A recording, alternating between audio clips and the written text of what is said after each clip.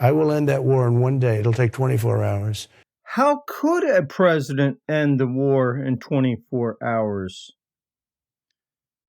Here is some insight that might offer suggestions that he might give to the two sides. Remember, Trump prides himself on being the great negotiator. After all, he wrote the book, The Art of the Deal. So to have a great negotiation that is successful, you get all parties involved. To have an agreement that is amicable to all of them, to negotiate, you have to ask yourself, what do these parties want? Well, for Russia, there's a military alliance on their border, and also would like to have warm water ports. And for Ukraine, they would like to get Crimea back. There's Russian-speaking areas of Ukraine that I'm hopeful they'll just let them become independent little countries. What's the big thing, though, that people want? All parties involved. U.S., Europe, Russia, Ukraine. Well, to answer that question, we have to ask, what are most wars really about? And for that, we have to follow the money. And the money usually points to resources in wars. Oil and natural gas deposits have been recently found in Ukraine and are just waiting to be extracted. So just a little bit of insight. If you remember when we left Syria, President Trump said, we're keeping the oil. We have the oil. The oil is secure. We left troops behind only for the oil. We left troops behind only for the oil. So that leads us to an answer to the trillion-dollar question, what do all sides want, and how can they find an agreement that is satisfactory for all of them? So in the end, I see Trump saying something like, Vladimir, your people get a third. Vladimir, your people get a third.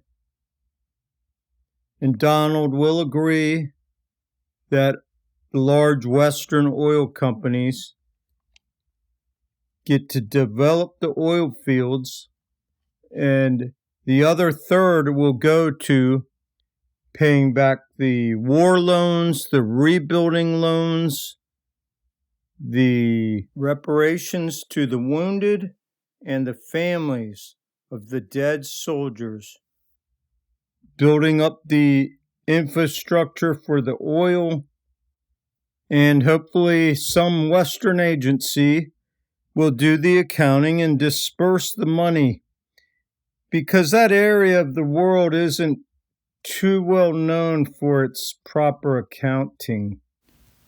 There's other things that could be negotiated, such as use of the farmland.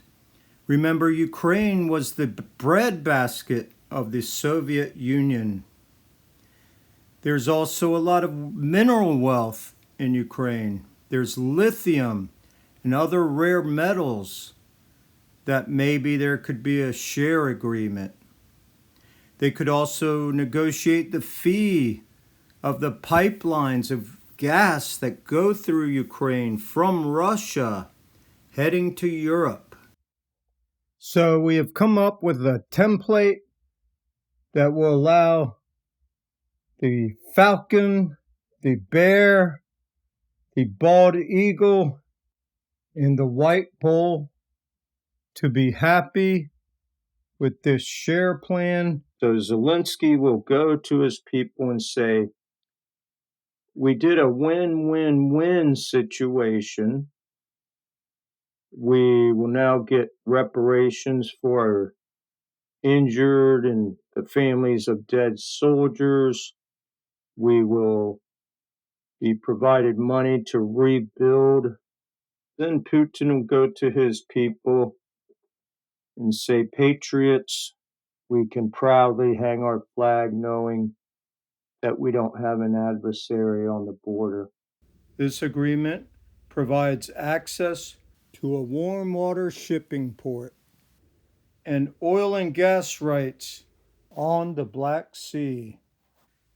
There's access to agricultural land. Russian-speaking enclaves will be able to vote for their own future. The injured and families of the dead will be compensated. Since all objectives have been met, I hereby conclude this military action. Then Trump will come out and he will say, yes, it was a win-win-win situation. I negotiated the deal. The U.S. is getting paid back. That's if it turns out a nice, happy ending. We would all benefit from hearing your comments and suggestions in the forum. This is Brian Diederich. It's Idol Etzel. Signing off.